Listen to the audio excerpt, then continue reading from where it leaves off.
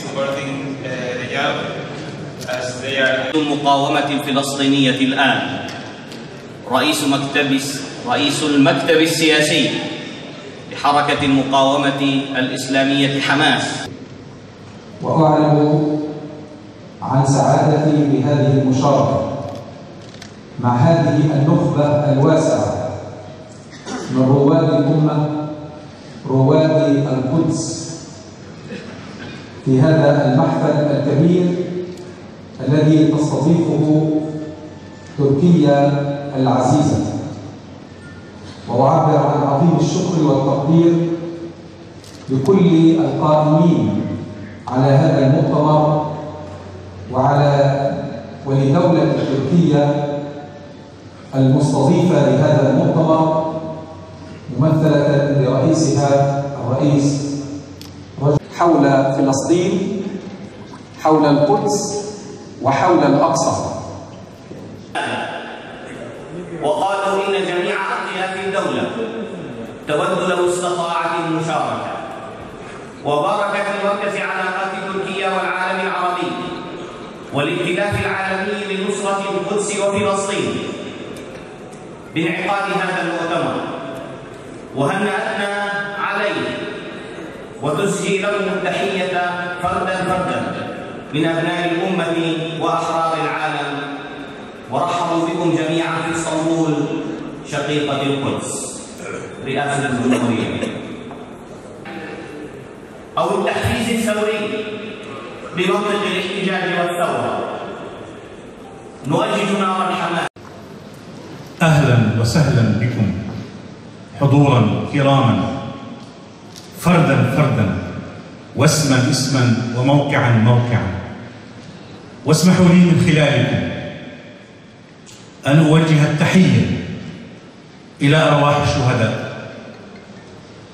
إلى الأسرى البواسل، إلى المرابطين والمرابطات، إلى الشعوب العربية والإسلامية، إلى أحرار العالم، إلى أبناء الأمة المشاركين في مؤتمر رواد بيت المقدس، إلى دولة تركيا رئيسا وحكومة وشعبا.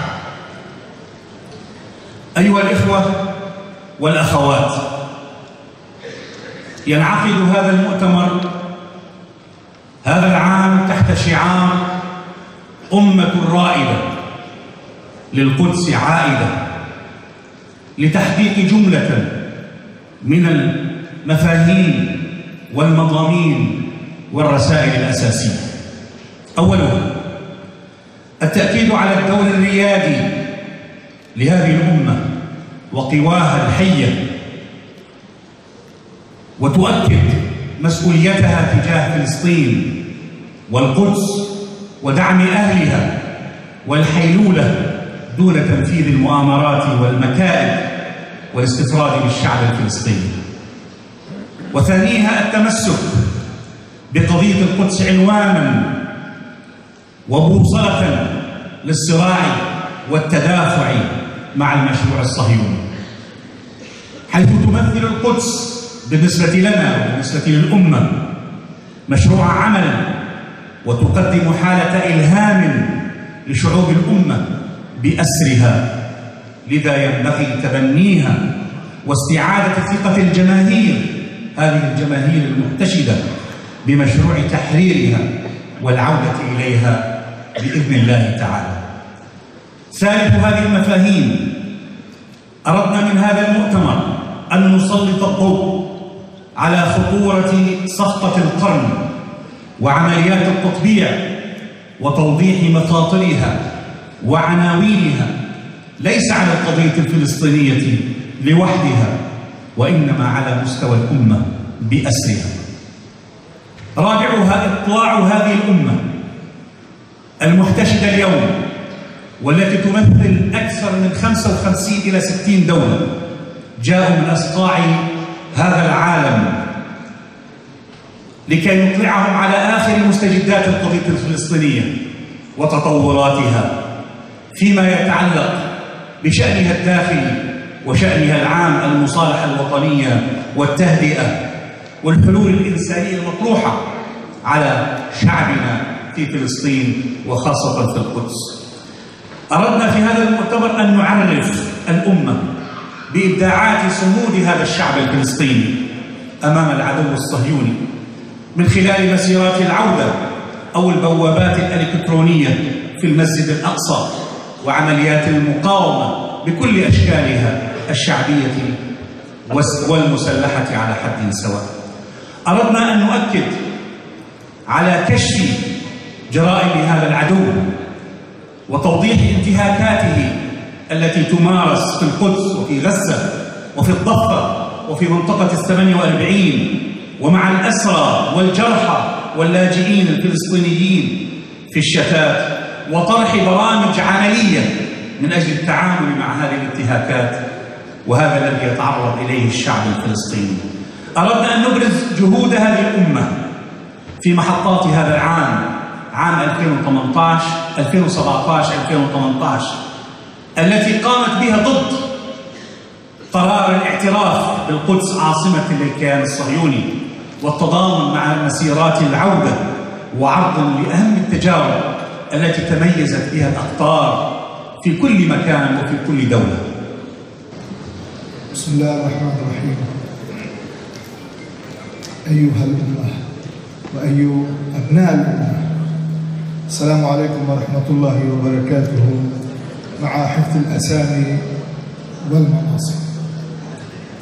أولا، هذه الكلمة ليس كلمة باسم شخصي أنا فقط، هذه الكلمة إنها باسم أبناء تركيا جميعا من رئيسها إلى أصغرها وأكبرها. وأولا هذه الكلمة باسم جميع الذين يهتمون بقضية فلسطين من إخوانكم في تركيا، من الكتاب والأكاديميين والعلماء والمفكرين.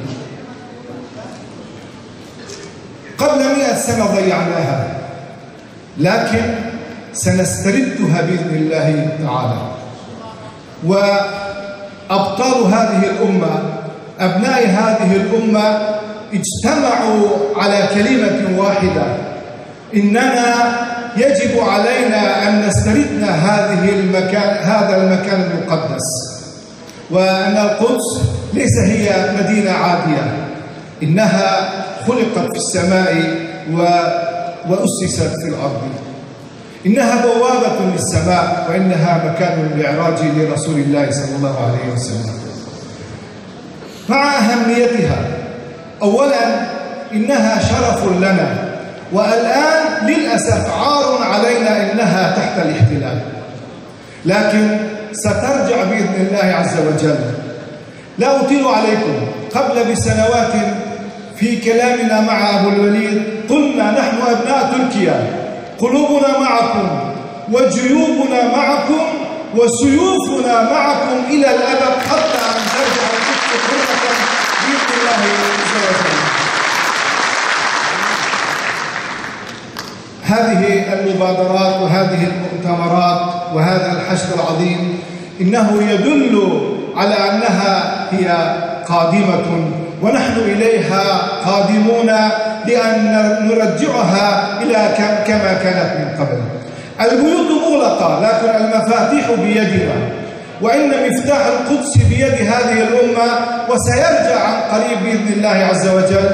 ونحن متفائلون بأن هذا العصر قبل أن ينتهي بقريب إنها سترجع كما رجعت في أيام صلاح الدين، وما بقيت أكثر من 88 سنة، ولا تبقى هذه المدة أبدا. قبل أن تنتهي هذه المدة القدس ستفتح مرة ثانية من جديد. نبشركم، والسلام عليكم ورحمة الله وبركاته. مشايخنا الفضلاء، مناضلينا الأعزاء، أخواتنا الفضليات، أحبتنا في فلسطين وأكناف فلسطين، الأحرار في الأرض المناصرين للحق، الرافئين لراية الحق. السلام عليكم ورحمة الله وبركاته. نحن في منعطف، ولحسن حظنا فإن هذا المنعطف يؤدي إلى الوادي الآمن.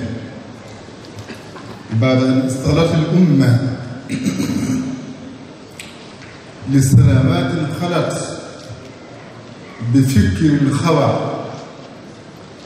بفكر الجمود والدخول في الجحور التي حذر منها المصطفى صلى الله عليه وسلم، جحور الاتباع لمن يسعون إلى هلاك الأمم.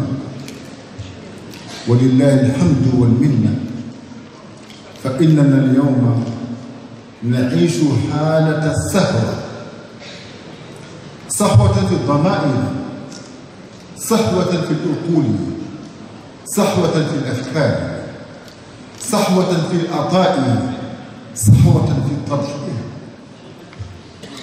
أنا قادم من السنغال في أقصى نقطة مطلة على المحيط الأطلسي، نحن نواجه أمريكا، ومن هناك تعبر القارة لتصل إلى البحر الأبيض المتوسط، فلن تمر بمدينة أو قرية أو حوض إلا وترى أن راية فلسطين ترفرف اليوم.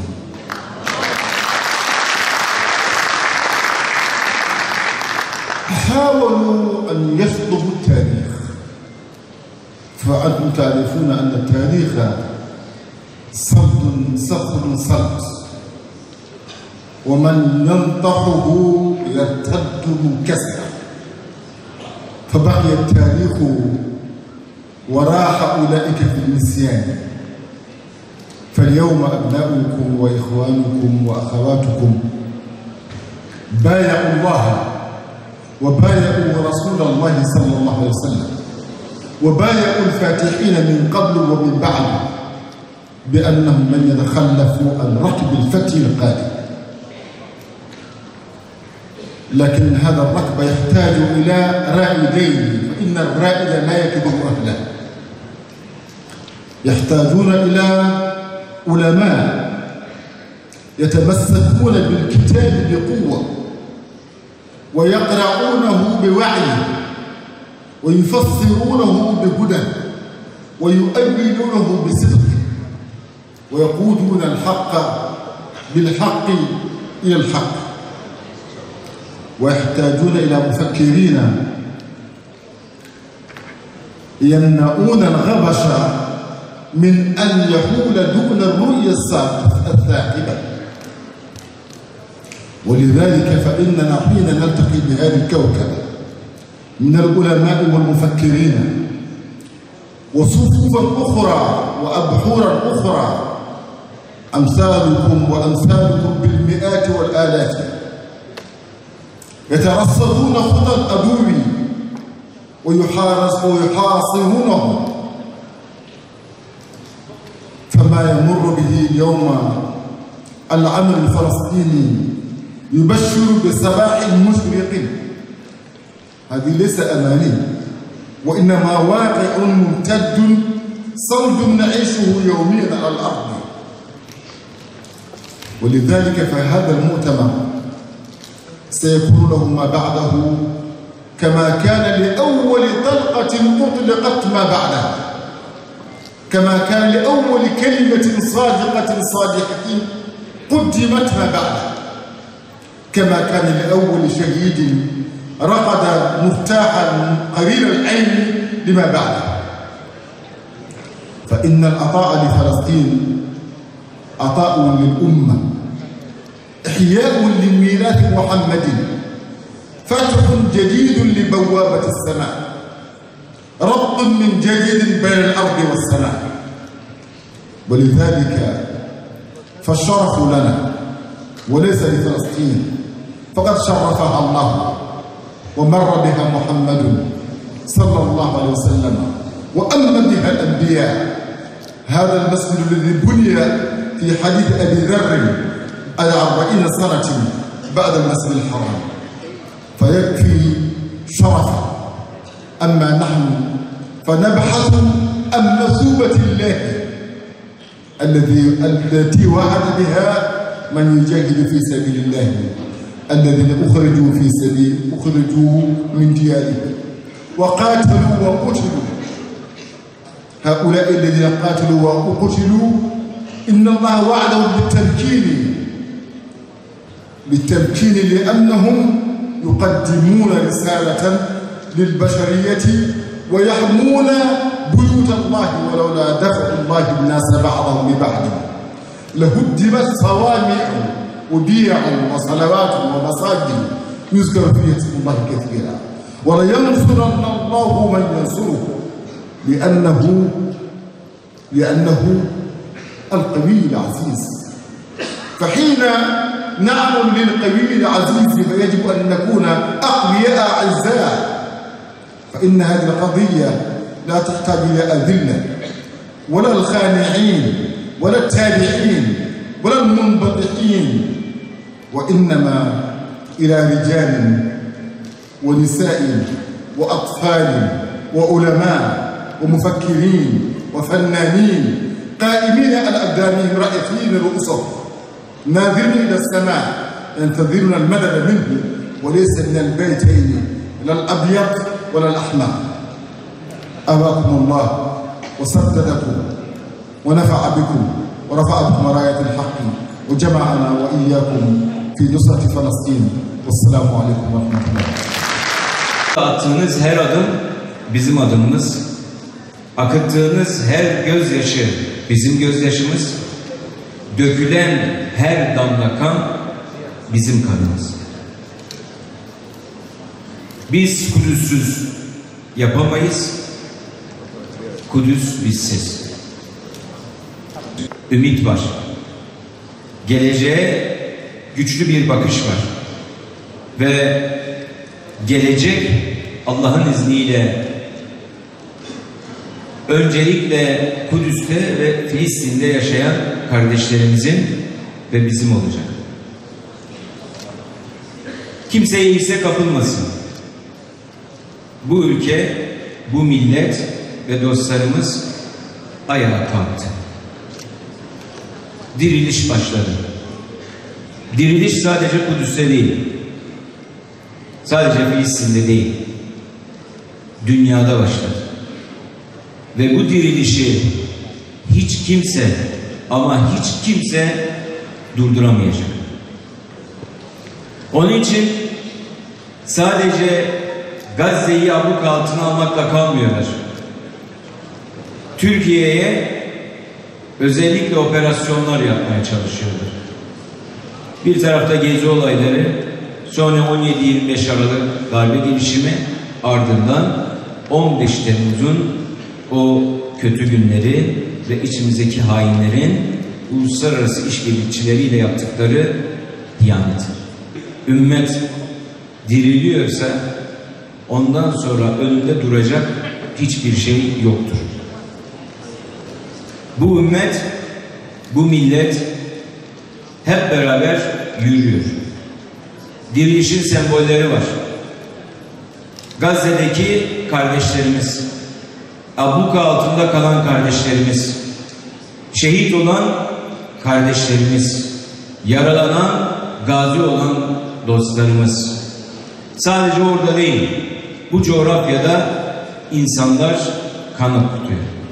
Ama emin olun, bu kan bizi besleyecek. Akan bu kan, şehitlerin bu kanı bizi daha da güçlü tutacak. Ve bu güçle Allah'ın izniyle Kudüs ve Filistin dirilişin sembolü olarak ayağa kalkacak. Burada çok net söylüyorum.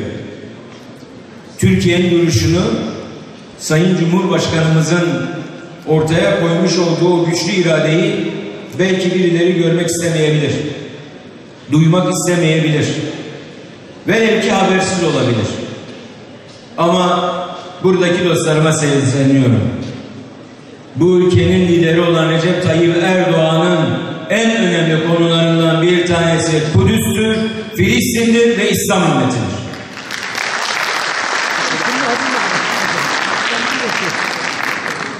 One minute sözle söylendi. Fiiliyata girildi. Dünya 5'ten büyüktür dendi. Dünyanın 5'ten büyük olduğunu Allah'ın izniyle hep beraber görüyoruz ve gösteriyoruz. Adımlar sıkılaşıyor. Atılan adımlar daha sabit hale geliyor. Ve atılan adımların gücü artık dünyayı sarsıyor. Hiç kimse durmayacak. Hiç kimse duramayacak. Böylesine hanımefendilerin olduğu, çocuklarını şehit olmak için doğuran kadınların olduğu, evlatlarım, eşim gitsin şehit olsun diye doğurduğu tek bir yer vardır. İslam ümmetinin olduğu yer. Ve bunların şahikası da Gazze'deki annelerimizdir. Gazze'de her anne rahmine düşen bebeği hissettiği anda benim çocuğum Gazze için, benim evladım Filistin için canını vermeye hazırdır. Rabbim sana şükürler olsun diye dua ediyor. Annesinin karnında şehadetin ne olduğunu hisseden bir bebek, annesinin karnında her geçen an La ilahe illallah Muhammedun Resulullah ifadesini duyan bir bebek, emin olun doğduktan sonra Gazze için, Filistin için, Kudüs için, ümmet için kendisini feda etmeye hazırdır. Hepimiz hazırız. Ve biz Gazze'de şehit olan, yaralanan, gazi olan kardeşlerimize hepimiz, bu ümmet, bu dünya, insanlık can borcu var. Kan borcu var, diyet borcu var. Çünkü orada ölen kardeşlerimiz, şehit olan kardeşlerimiz orası için değil, bizler için şehit oluyor. Rabbim onları cennette, adın cennetinde inşallah bize şefaatçi kılsın.